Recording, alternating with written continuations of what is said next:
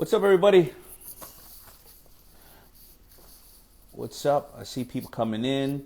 J underscore G something. Har something. All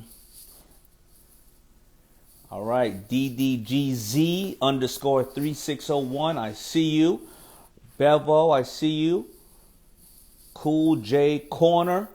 B66 gives me much love. I appreciate everybody. So thank you all for jumping in. Oh, a lot of people jumping in already. Today we are, you know what, I keep forgetting this. I gotta, boom, that's who I am talking to today. Now let me pin it. Oh, jeez.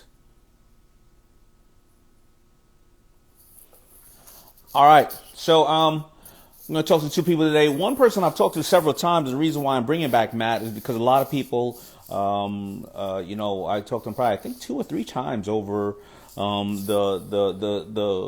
since this year, right? The whole pandemic, and I love the way that Matt thinks because a lot of people can make money with what Matt is sharing with everybody, and this is a simple way to make money where you use Amazon to make money and you don't have to worry about anything besides knowing how to market yourself. So if a lot of people like you are like me, you go on Amazon, you're looking at stuff, and you get the top link and you see it's a sponsored little things up there. That means somebody like you basically who knows about whether it is health or food or fitness or apparel. Basically, you've purchased something or you found a way to then push it up, and then other people buy it, and you use the number one retailer in the world, which is Amazon, who already has a built-in audience, and you use them to ship it, package it, and everything else, and you make a bunch of money. And everybody's now going online way more than they were prior to the pandemic, and you can use it. So I brought on Matt earlier on in the season. I think once or twice. This is when we were all trying to get the right type of Wi-Fi in our homes. I think he got cut off a lot in 1 or 2 of the discussions, but I'm going to bring him on now, and I'm going to introduce him right now just so you know his background. All right, bear with me. You know how those intros go. Executive chairman and co-founder of Amazing, not Amazon, Amazing, which teaches how to rock out on Amazon. Built 3 successful companies before he turned 25, and he created the Amazing Academy, helps people build successful businesses and achieve financial freedom. The Amazing Selling Machine, complete step-by-step program that walks you through every part of starting, growing, running, and scaling a business, leveraging the power of Amazon, and has worked with top entrepreneurs like Sir Richard Branson, Robert Kiyosaki, Sarah Blakely, as well as he works with us over at the Shark Group. Amazing, and its creators have been featured in Forbes, Entrepreneur, Business Insider, and more. And he's worked with me, and we do a couple of webinars for Amazon. Actually, I think we have a free one coming up this Thursday, a 3 live webinar coming up this Thursday. But let me go and find Matt right now and bring him in and get it started. I see some good people. I see a lot of great people in the room. I see Eric Patrick Thomas. I see the Beauty Shark Ginger. Embrace Courage. I love that name. I'm looking for Matt. I do not see Matt just yet. Let me see if I see him in the other form of request. Let me see. Who else do I see? Okay. View request. And please don't go nowhere because this is going to be good. Trust me. And you're going to be able to share this information with other people. All right. I do not see Matt. I am sorry. I don't see Matt. Maybe I bring on somebody else in the meantime. So why don't you request me why don't you request me right now? And I'll bring on somebody else in between while Matt's maybe getting ready.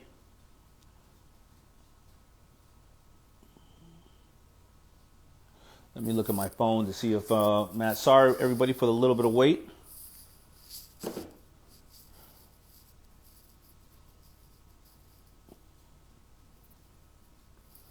All right, while we wait for Matt, I'm going to bring on somebody.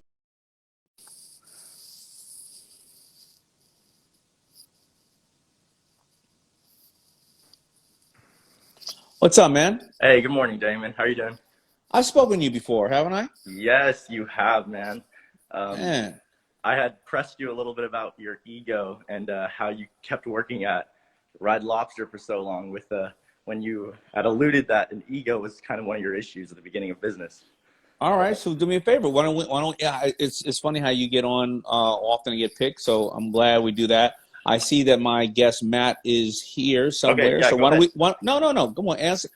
You got a minute. So All right, I'll say a few things. One, I got to say thank you. At the time I spoke to you, I didn't have a job, and you told me just to like believe in myself and my abilities. I work in the finance industry, so it's really difficult as a young kid to like, actually know enough and get a foot through the door. uh-huh. So because you said believe in myself, I ended up finding local friends who needed some financial advice with their jewelry business. Oh, And nice. yeah, sorry, 1 second, I'm a little bit nervous. Oh, and you know what? I appreciate that because, but that's not the most brilliant thing that somebody can tell you. Yo, go and believe in yourself. But you know what? You did, right? So there's a difference of hearing it. Like how many times we as people, I've been through it so long, so many times that I've heard the right advice and I never took it until it finally hit me, and I was like, maybe I should actually do that. So congratulations to you for Thank you, believing man. in yourself. It ain't nothing. It ain't nothing that I did. I'm sure your mother and father probably tell you that forever. Hey, you probably kept me from applying to a bunch of 10 like minimum wage type jobs and trying to keep looking around and having hope. But yeah, they've grown 6 figures every month they've been hitting 6 figures revenue. They didn't have any knowledge of how to manage that. So I wanted to kind of help out their relationships and be that management, set up their accounting, all that fun jazz. But So I'm gonna step off with Matt, but I want to bring up something yes, very important to what you just said, and we do awesome. this on the clubhouse room. You know, a lot of people, believe it or not, well, I'm gonna say believe it or not, they don't know the fundamentals of business, and they don't know the fundamentals of money and how money works. And it's Correct. weird because a lot of people watching right now will say, I know how money works, but you don't. And when you're in those rooms and people are talking about, your quarterly taxes or how much you pay when you go on extension or what interest is, or should you keep money in the bank, which is a depreciating asset against what a portfolio is, they go, and they're in rooms, they go, well, that's for rich people. Hmm. It's not. It's actually more needed by the people with little money because then you can save as much as your little money as you can to hopefully have it work for you and become rich. But so many people, as they they shun away when they hear these conversations, and then they it's almost like painful for them when they're out at a dinner or someplace and somebody's talking like that, and they don't want to go, can you explain that to me or whatever, and then they kind of shun away and they never learn because they just want that conversation to be over and let's Yep, talk about what happened on The Bachelor last night absolutely. and let's talk about this, and it's very, very important. So I appreciate the fact that you did that because so many business owners get into business because they want to help people, they want to make money, but the money's coming in and they're not realizing where the holes are that is hurting the bigger side of the business or where they can expand. So Yep, really great, definitely. man. I really appreciate what you're doing. Yeah, appreciate you for bringing me on, Jamin. I'll catch you again at some point, I'm sure. You got it, brother. Have Peace. a good one. Yeah. All right, I'm going to look for Matt one more time. And the beauty shark Ginger, who told me he's in here, I believe anything she says. So he's definitely here somewhere. We're not finding him. I don't know how to. I'm gonna have to bring on somebody. Let me see, Matt. I'm going through everybody. Is Matt Ginger? Is Matt kind of in the Matt? Put in a comment saying you're here, because then I'll just tap that name right there. And while I do that, I'm going to shout out some people. Uh, he said he requested. I did not see the request. So Matt, just give me a I'm here, kind of comment. You can see Ginger knows how to work this thing. Maybe I'm the one not knowing. So let me see, who am I shouting out in between? Davis underscore Daisha, I think it is. Blue 143. Is it F Farrell said I'm here. I was about to hit that. F Farrell, you almost got me. Sean Davies. I'm here. Let's go from City Man USA. Come on, Matt. Matt Clark. Yo, I see you. And bang.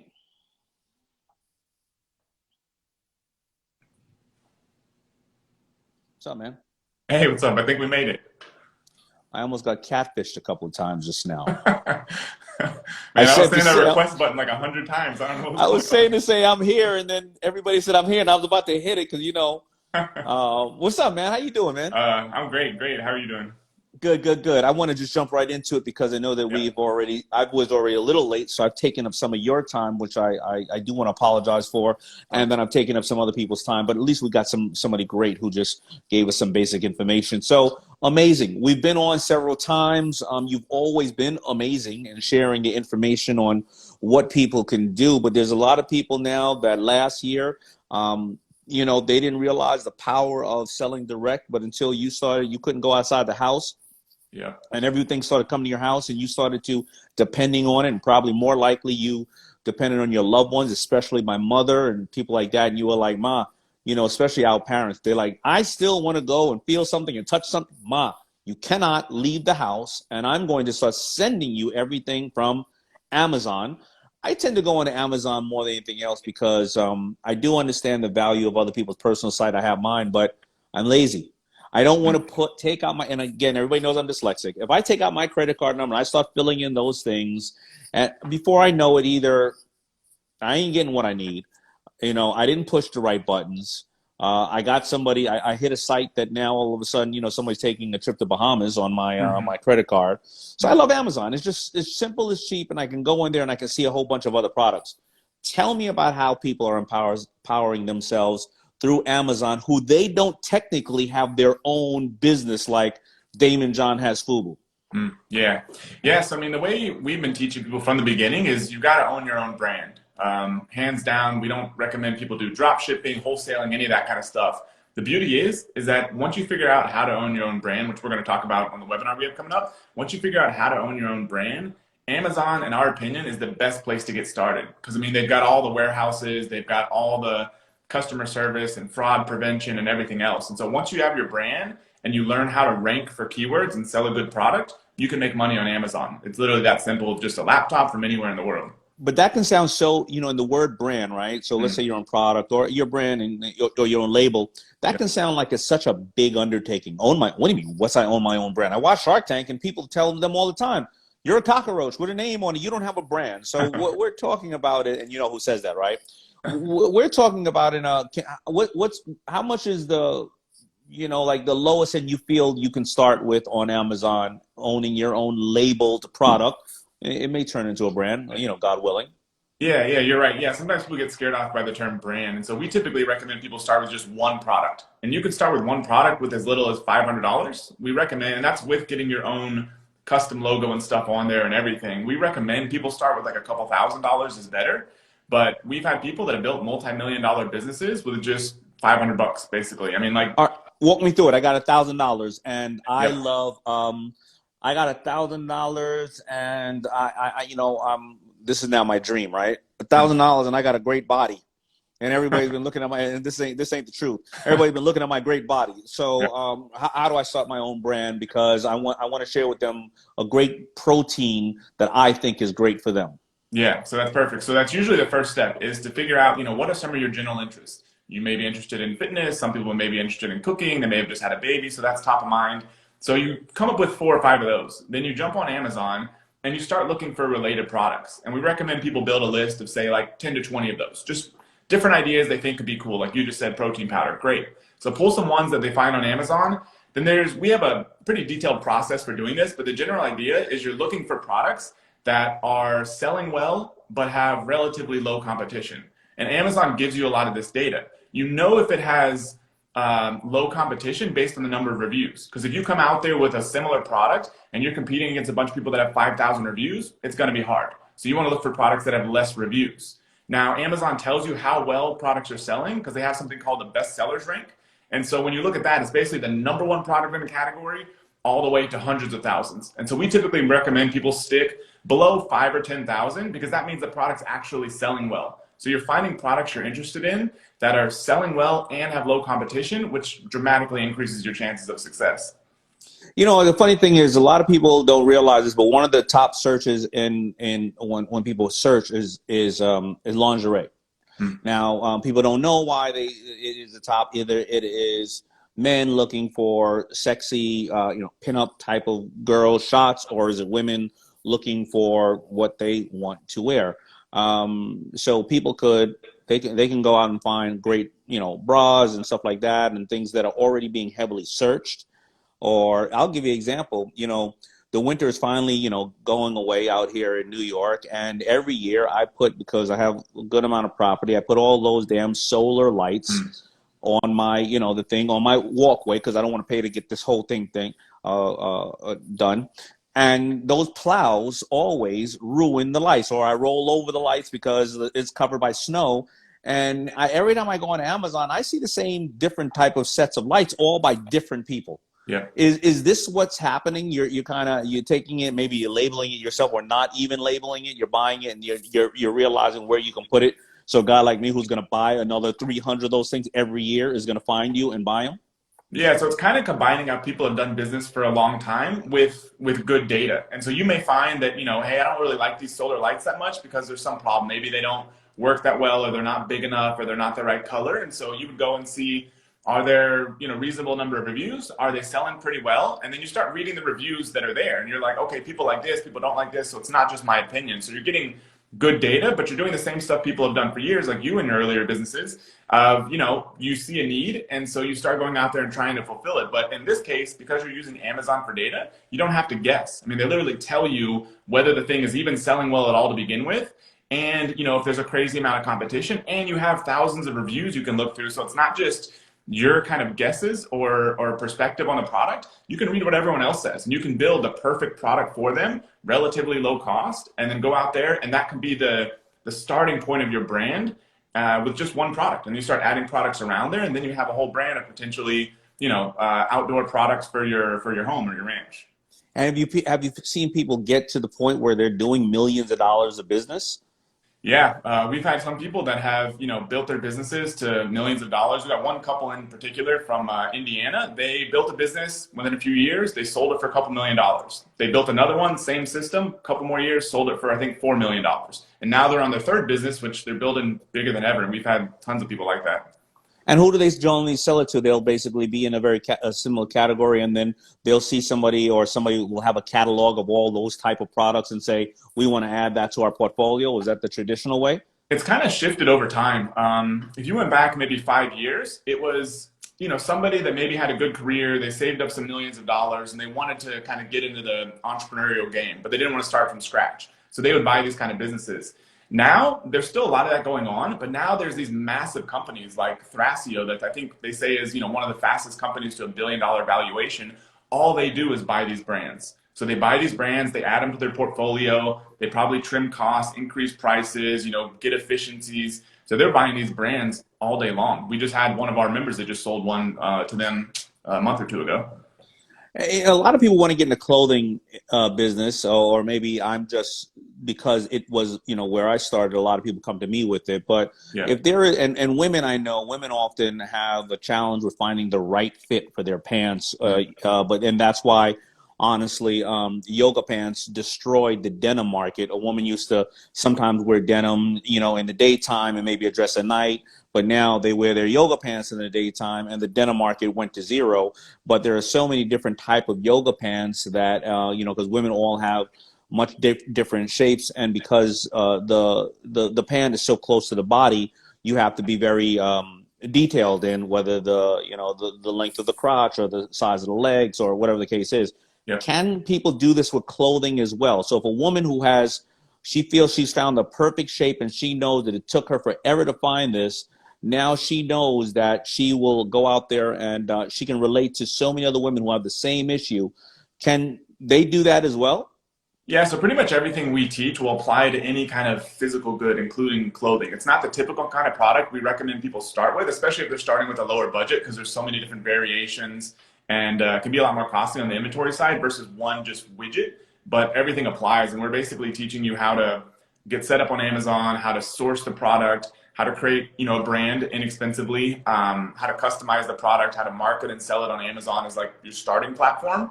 So pretty much everything applies to clothing just as well as like the normal kind of physical stuff. But in that case, I mean, you could very well start with, if you're like, okay, this is what I really want to do, but I don't have the money to spend to launch this clothing brand. Maybe I'm going to start with, some yoga gear, like a yoga mat or yoga block. And then you could always transition into that when you start building up more cash flow.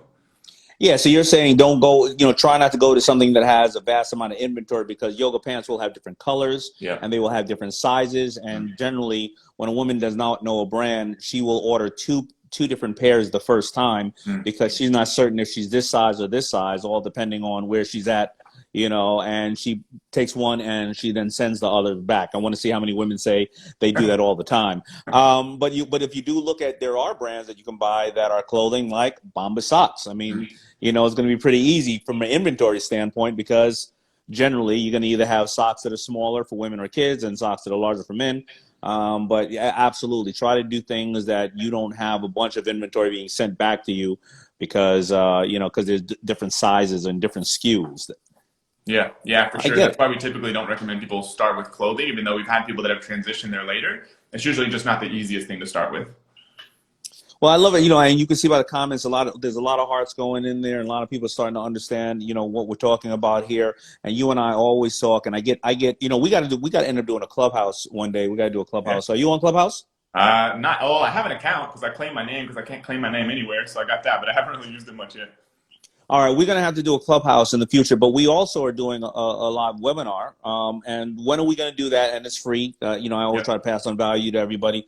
When are we going to do that? It's Thursday. What are we doing? It Thursday night, right? Yeah, so it's this Thursday, March 18th, 8 p.m. Eastern. And we set up an easy URL to get there. It's just amazing.com/shark. I went ahead just to make it easy. I've also added it as the link in my bio. But if you just go to amazing.com/shark, that'll take you there. Like Daymond said, completely free. We're basically going to walk you through this entire model over a couple hours. We'll probably end up doing half an hour to an hour of Q&A at the end. So if you have any questions, we'll answer your questions directly live. I'm going to bring another one of our team members on there who absolute expert when it comes to Amazon, knows this stuff hands down just like me. And so, we're going to try to give as much value as we can. How hard was it to get amazing.com? Just had to pay a bunch of money. It was just sitting there. It was a haunted house website, believe it or not. And it's like, you could tell it hadn't been updated since 1998. And so we just started messaging them, and then they started leasing it to a startup, and we just negotiated a deal maybe, 7 years ago or something like that, and paid a big check, and we got it. Yeah, because I got to say, if you would come on a Shark Tank and say, yeah, my stuff's called Amazing, I'd be like, you can't get that name. You just won't be able to get, and it's usually the people, and I want everybody to know this, when somebody holds a name, it'll be for the weirdest reason. Like you said, it was a haunted house thing. Not saying that a haunted house is not going to be a great business. Yeah. But I remember my buddy, Irv Gotti wanted to come out with a brand for his company at the time. It was called Murder Inc. And he wanted to come out with apparel for it. And there was one guy in Hawaii who just waxed surfboards who said that he had Red Rum and Murder Inc. And he said, that was just his calling. And he's never going to do anything with it. He just wants to wax skateboards. And he was offered, I think, $500,000. He said, never, dude. I'm just going to wax these skateboards. So it's really amazing how you got amazing. So, all right, man, I'm going to see you, man. I'm going to see you Thursday night at what time again? 8 p.m. Eastern. 8 p.m. Eastern. All right. So I'm going to see you 8 p.m. Eastern. You go to amazing.com/shark, and we are going to be talking and answering questions in detail about how to create these Amazon brands for yourself and your own brand, and empower yourself with all this amazing new time you have, as well as all this knowledge. And how much has the Amazon increased this year in sales over last year due to COVID? Yeah, I was just looking at that. It increased about $100 billion. I think it was up, 40-something%, which is crazy. It's one of the biggest companies on the planet. To be increasing sales, 30 to 40% almost every year, even outside of COVID, is just nuts. So yeah, $100 billion in new sales. $100 billion. And you said, I got one other question. I don't want to keep you too long. I know when we ship into, and I guess they have distribution centers all over the world, because if you would have a product now, you want to ship it into Canada, it just is massively a large amount of money. But if somebody was in Europe and they wanted to buy that same product from you, how does that work out on Amazon?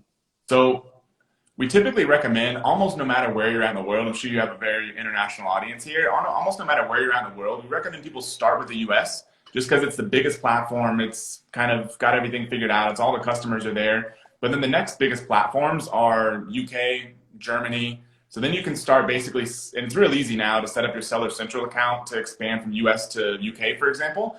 And then you can basically just have inventory stored over there. And then it'll ship out, same kind of prime shipping for everybody. So yeah, we recommend starting in the US. You can kind of slowly start expanding over there, which makes international expansion a heck of a lot easier than kind of figuring out all the fulfillment stuff on your own. All right. Well, excellent, brother. I can't wait to see you Thursday night. We're talking, doing the free webinar and giving everybody more information. Make sure you get that Clubhouse account, because down the road we'll go on there and we'll just talk about some of these things and other ways that people can make money where they don't have to open up a storefront and risk, you know, take $10 and $20 and $30,000 of their savings and just start off really small and figure things out. Yeah, love it. Sounds good. All right. Peace. Thank you, man. All right. Thank you. All right, there you go. So listen, I always love speaking to Matt. Been a great guy. Been working with him for quite some time, and he's been helping us with some of our Shark Tank companies. And as I shared with you, he's worked with so many people, from Sarah Blakely to Robert Kiyosaki to Richard Branson. All right, so the next person I'm going to bring up has just been a extremely inspiring person. And, you know, hopefully, you know, Matt gave you information as well as it being inspiring. And the next person hopefully is going to do the same exact thing. His name is Sebastian, and he started his first company at the age of 19 and was constantly thinking of new business ideas. And he launched over 15 companies, conglomerates, and brands over the past 10 years in the Bahamas, including Island Luck, the #1 online gambling company in the country, and decided to diversify his portfolio by launching Brickle Management, a Bahamian conglomerate encompassing various sectors, including real estate development, property management, residential and commercial constructions. For all you who are into that area of business, you're going to get a lot of information here. And created the Weiss Group to disrupt the traditional landscape in the Bahamas and the Caribbean through a powerful combination of smart tech, digital savviness, and bold ideas. I want to bring him on because, me being West Indian, a lot of times our people, you know, in the West Indies, you know, are looking for new businesses and ways to do business. And I want to bring him on right now because this is a great person to talk to. All right, let me see. Do you see him in there? Sebastian. Let's see if we see Sebastian in here. I guess, Sebastian, you may have to just request me the same way that Matt did on the regular comments. Just put in a request, and then maybe I'll find you there. Let's see. Where is Ginger when you need Ginger? Ginger, do you see him in here? Help me out, Ginger.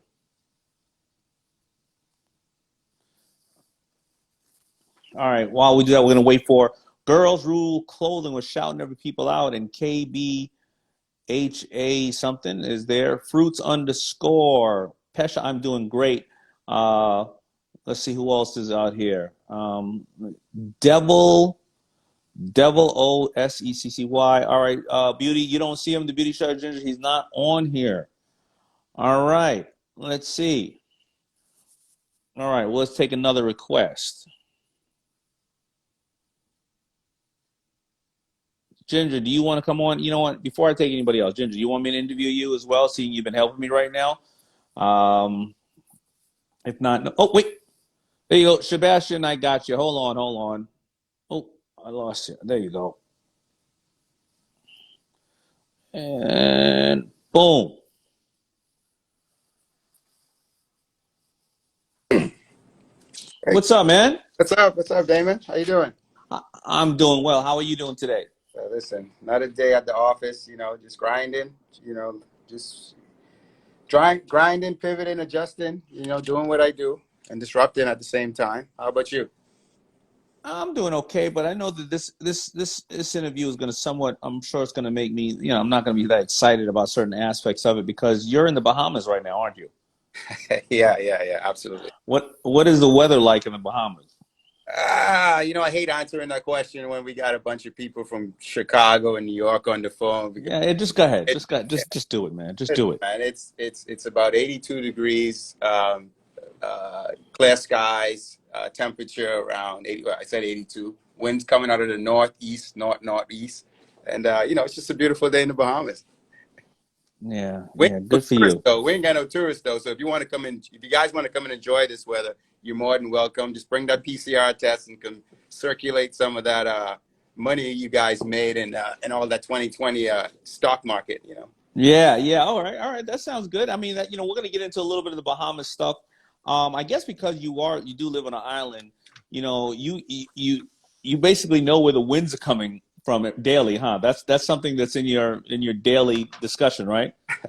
Well, I go outside and meditate every morning, so that's kind of how I know. And I, like to check the weather because doing construction sometimes you always want to know if it's going to rain and how it's going to affect projects, etc. So that's the only All reason I right. always.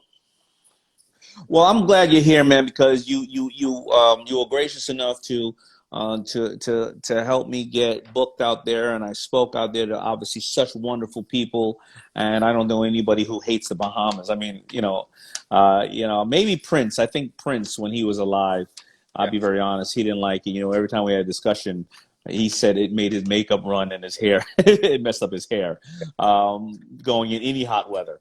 But other than that, nobody ever says the Bahamas. God damn, I hate the Bahamas. So first of all, such beautiful people who are so inviting to us and just hardworking and when we work so hard and we then go on vacation, they know the value of what we want to do and escape, and they really are just some really really amazing people, salt of the earth people out there. So thank you for always having me out there. I'm going to ask you a couple of questions though, and I had already written them down because I was going through so much of your bio, and I wanted to talk to you about it. So, as a veteran entrepreneur, how do you think entrepreneurship has changed over the past 20 years, and what does it mean to be innovative now versus back in the days and when you first started? Well, being innovative back in the days when I first started was difficult for most because, when I started technology, I mean, the average person couldn't even connect a printer when they bought it. It was so complicated. There wasn't plug and play. There was no USB ports. You had to go into the BIOS and play with the LPT set. And I mean, to install Windows on your computers in those days, you needed like 25 diskettes. Computers were very complex back in the day. So, you just had to be really sharp and smart and really into that stuff to really be in the tech space. Obviously, fast tracking to 2021. I mean, it's gotten a lot easier. Technology is how we live and breathe on a daily basis. 20 years ago, the smartphone, well, there was no internet. Smartphone was non-existent. Even 10 years ago, it was a luxury for many because maybe the cost of data or I don't know what region they were from, just high-speed data wasn't available. So today, I mean, I think entrepreneurs really have a really good opportunity to really pierce some of these industries. And I was just asked the other day, I'll throw the question to you after I'm done. You know, with the pandemic, hitting the world, and what was already kind of complex or deep waters, treacherous waters for an entrepreneur, how did the COVID-19 kind of erode that shoreline and made that even more difficult? And my perspective on it is that I think it made it a lot easier. I think I don't want it to sound too easy, but I think the people that were mostly affected was people that had very large brick and mortar manual forms of operation, and COVID has created a lot of problems, and there's a lot of things you can solve, and when you're solving problems, you're creating opportunities. Even for myself, I had to pivot. Right, I'm involved in a lot of different things, and real estate and construction being one of them. And then in May, I was sitting down there, locked down like everybody else. I'm staring in the sky, and I'm counting seagulls because there's really nothing to do. And I remember I had this vision. I was like, damn, man, 95% of your wealth comes from technology-based businesses. What are you doing with a shovel in your hand? So Yeah. I just totally shift and pivot like a lot of big projects we had lined up, and I really got my crew together, and we started Wise, and now we're really building on about 4 really aggressive technology companies. One in the med tech space called MedMall. It's gonna be medmall.com. Unology, which is going to be an ed tech platform. We're building Click to Collect, which is going to be the Amazon of Central America. So we're focused basically positioning ourselves to capture the markets where Amazon isn't playing right now. So it's a really big project for us. And then the last one was Booking Bud. Booking Bud is like a service marketplace where you kind of bring people and services together, right? Whether you're a chiropractor, barber, etc. Right. Well, let me ask them. So, so I think you brought up a valid point. Everybody's here trying to power shift, and there's two different thought processes that I look at when I look at COVID and what people are doing. There is first of all, the number one period, without even talking about those tools, you have to keep educating yourself on what to do and whether it's technology, whatever the case is. And I see you're in a lot of industries. But there's also that everybody's moving in these certain directions. And I generally have found that I made money when I zigged when everybody zagged. Right. True. So it's important because right now, everybody now is talking about sports cards, Bitcoin, NFTs, moving out of New York and moving into one of all the cities, and of course buying real estate because all the houses are going at premium values now in the suburbs. But if you're now doing that now, and you weren't doing that 6 months ago in a year, you're going to be part of the Me Too crowd. Hey, Me Too. Correct. Right? And you should be doing exactly the opposite. But how do you do the opposite? And be on point with the opposite? Because it seems like you're in so many industries. I'm in so many industries. I would love to share with people here who, the ones who are willing to do the homework, that they should not follow some of the crowd because somebody goes, oh, you need to get in Bitcoin now. It's going to go to 100,000. Yeah. It's going to go to 200. It's probably going to pull back to 25,000 before it goes there. And as soon as you put in, you do this, or you moved out of where you lived because it was a city and you were paying, argument's sake, you had a home or you were renting someplace at $4,000 a month, argument's sake, right? But now you're going to go buy a home that's 2 times worth the value, and instead of you buying a home at $400,000, you pay $800,000, and then you realize the year after, 2 years after, when the market comes back down to $800,000 now $600,000, you just spent $200,000 in inflated costs because everybody was doing it at the same time. Instead of going and spending $6,000 a month to rent a place for 2 years, right? And that's 72 times 2, which is about 144. But you rent it, you write off half of it because it's an expense. And you understand what I'm saying? You didn't really blow all that money because now you wrote off half of it. You let the market come back down, and then you purchase that dream home you wanted in the suburbs. Now, I may have been saying it too fast for a lot of people who are not there like you and I with the numbers. I say all that to say, how do you tell people to go and find the new areas of business just like you and I, but you don't make them go and follow the crowd and become the dumb person at the poker table that everybody's taking the money from? Right. Well, listen, I think my answer to that question is the same way I approach the question when people ask me about knowledge and education, right? And I hate to sound like a Scotch record, but I probably said this about 5 times in the last week. If you look at the history of the music industry, and there was a time when you had to buy the entire LP just to get the 2 songs that you like. Right? Exactly. Right. And now if you fast track and see what technology has really done, you can now, with the likes of iTunes and Spotify, you can create your own album, and you can take an a la carte approach to what you want to put on that album, but by virtue of your playlist, right? So, and that's what's happening, and what's going to continue to happen to the education system. Like this notion that you're going to have to go to traditional colleges and learn the whole LP just to get the 2 things that you really want. I mean, I think that's going to be a thing of the past, and people are going to start to take their education a la carte. And I think they need to take the business side of things a la carte as well. I think you can't follow the crowd. The reason why a lot of people find themselves without a job today is because when you go to college, you're going to college for the sole purpose of gaining knowledge and coming out of college and monetizing that knowledge. How are you going to monetize something that's saturated? No different than business. How are you going to make money in business if you're going into a market that's saturated, right? So when you're getting into business, you do things like your competitive market study. You'd see market share to see realistically how much piece of the pie that I can get, who is my customer, what's my cost to actually start up this business. You do all those things before you get into business, and you need to do that same thing when you're going to educate yourself. Like, who's hiring with this profession? How much are they paying? I think people follow the passion side of it, and they come out with a degree and they realize, but wow, nobody's hiring this degree because you didn't map your education to outcomes, right? And I think we got to approach education and business kind of the same way. So, one of the keys to my success was, one, exposure. Just because I live on an island, I didn't let the island define what my opportunities were going to be. I traveled. I went to trade shows. I went to almost every CES for 12 years straight, and walking the floor, because your next idea won't come looking for you. You got to put yourself in the environment to hear it, whether that's being around like-minded people, coming on talks like this, going to trade shows, going to conferences.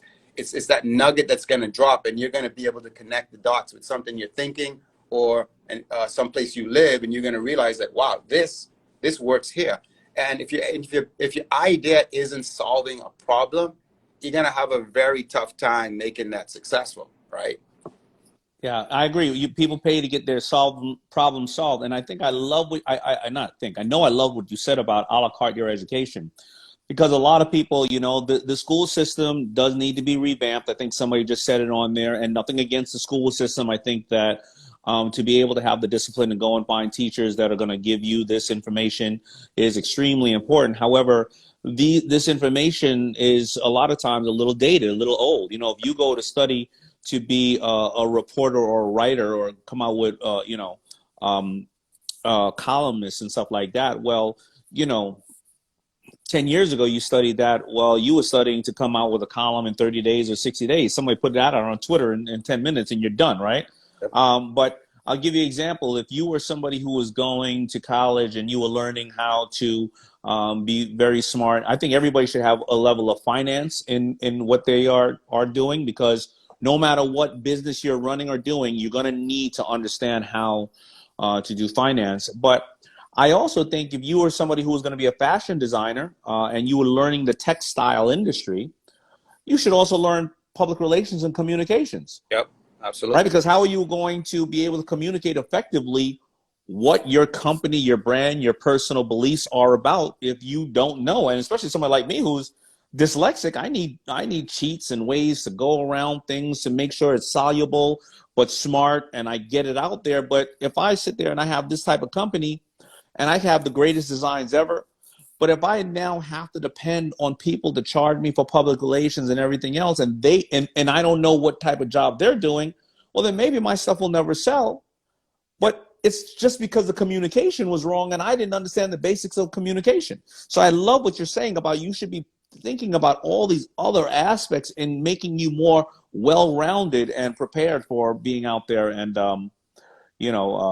what education you want and how you're going to go out there. So I want to talk about something else. I want to talk about you have a foundation. You created the IL Cares Foundation and OWN, Yes. OWN. Why was it important for you to take your business skills and use them to create opportunities for others? And how has OWN been able to help entrepreneurs find grants and mentors? Because there's a lot of people on here who want to find grants, understand how to go after grants, and find mentors. And if you just help one person today, which I'm sure you'll help dozens or thousands, it'll be absolutely amazing.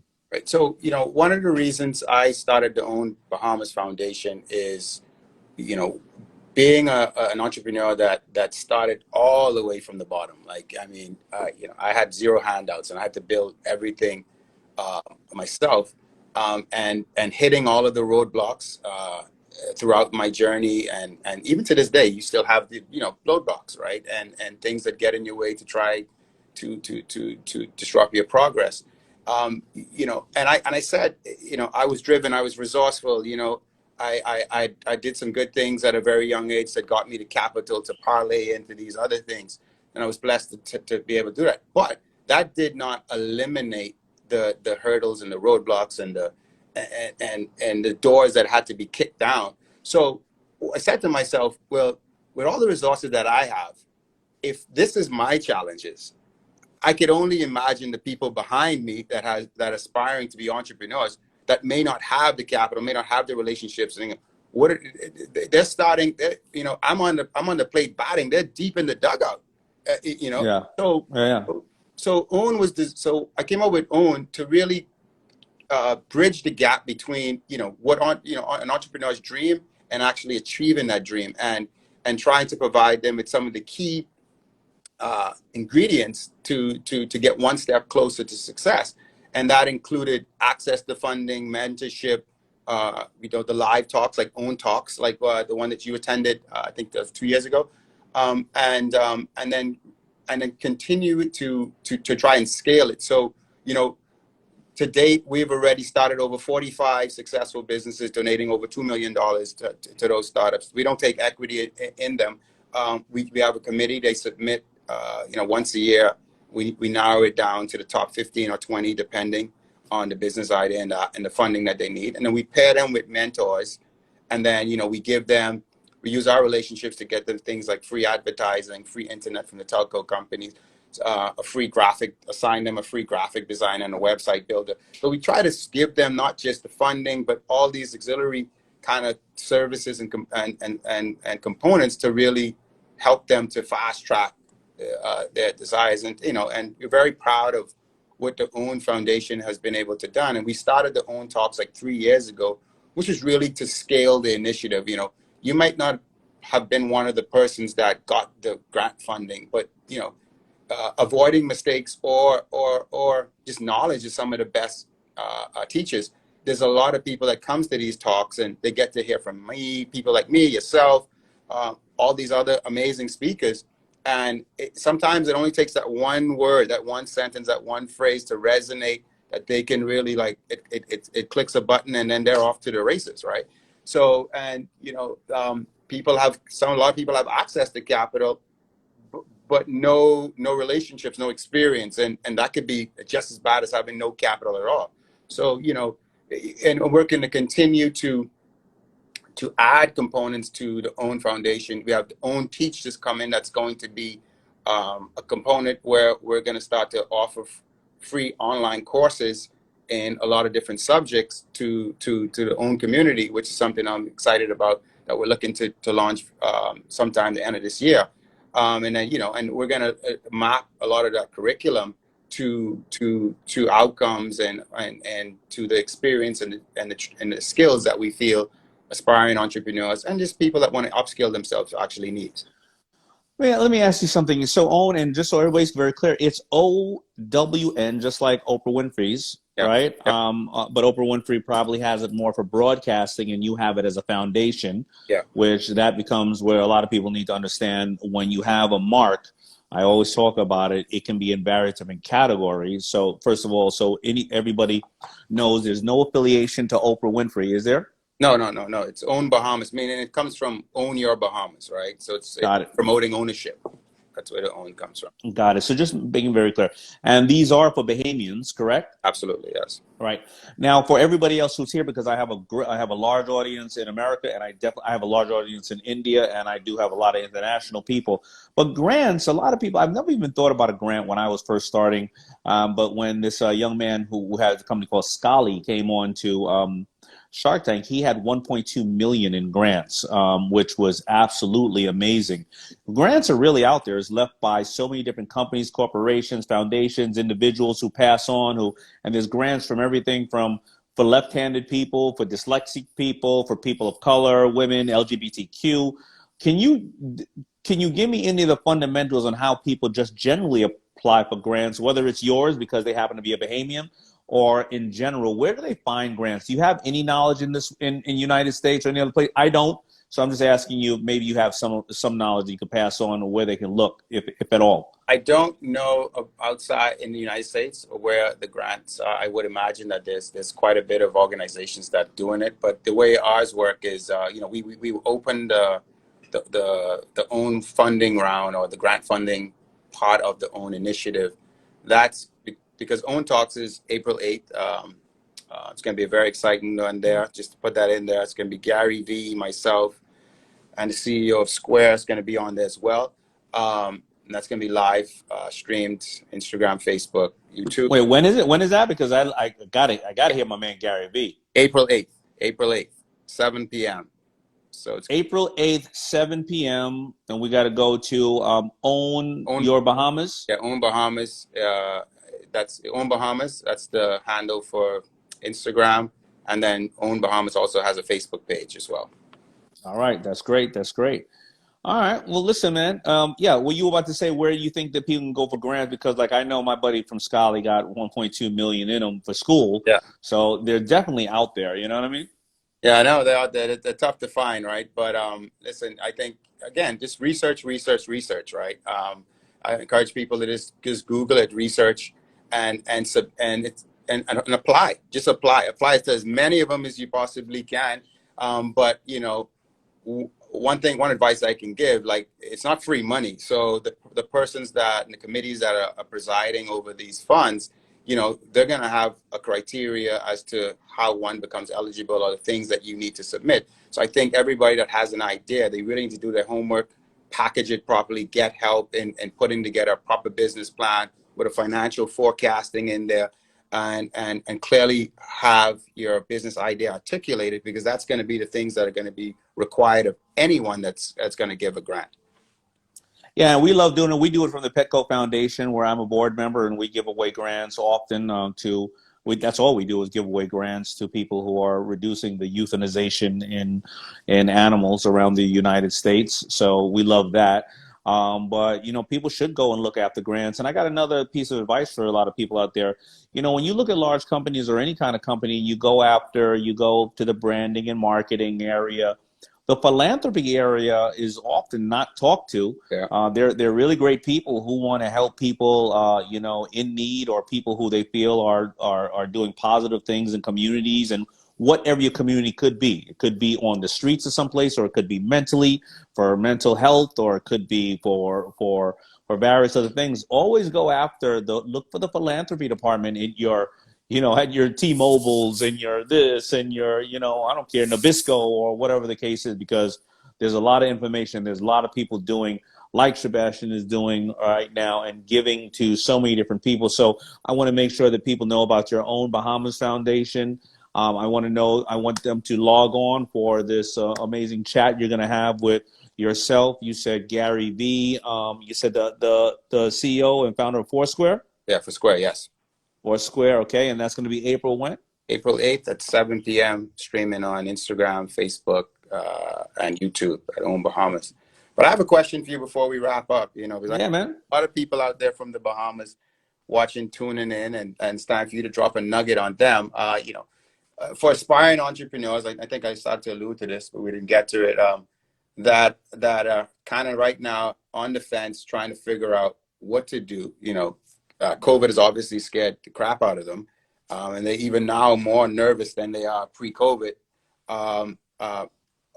What do you say for those entrepreneurs that are kind of on the fence, ready to try something? You know, how should they be thinking about business, and what advice would you have for them? Yeah, so you froze for a second. You said, what do I say to entrepreneurs on the fence, ready to what? Entrepreneurs that are on the fence right now. You know, COVID has scared the crap out of them. You know, it's more treacherous waters now in the world of entrepreneurship, with all that's happened to the economies and all that. What should an entrepreneur be thinking right now, and how should he enter this new economy? Yeah, so good point, right? So there's a couple of, you know, listen, I'm the kind of person, I love these paraphrases, great sayings. You know, Mark Cuban always says, if you don't know what to do, don't do anything at all. And I agree upon that in one sense, but I don't agree. I think if you don't know what to do, the only thing you should do is dig down in your homework and educate yourself on any area that you are trying to be part of, and even other areas that are not. I think that we're headed for the roaring 20s again. Like they all said, after the Spanish flu came the roaring 20s, and it was a golden age because people are reevaluating life. I think there's going to be a lot of divorces and a lot of babies all at the same time. You know, I think people are going to want to be around other people and say, man, I took life was too short. They may have lost people. They're going to do everything they can from improve themselves body-wise, improve themselves spiritually, and definitely go out and value more friends. So I think that the consumption is going to be out there. However, there's only two ways and two things that you can ever control in life. You can control how you look at something, and then you can control how you react. Those are the only things you can do. So if you, no matter what, just right now, you are doing your homework in the area you want to go, whether you start today or whether you start next year, or you bring that knowledge to your place of business, you will never be able to lose that knowledge.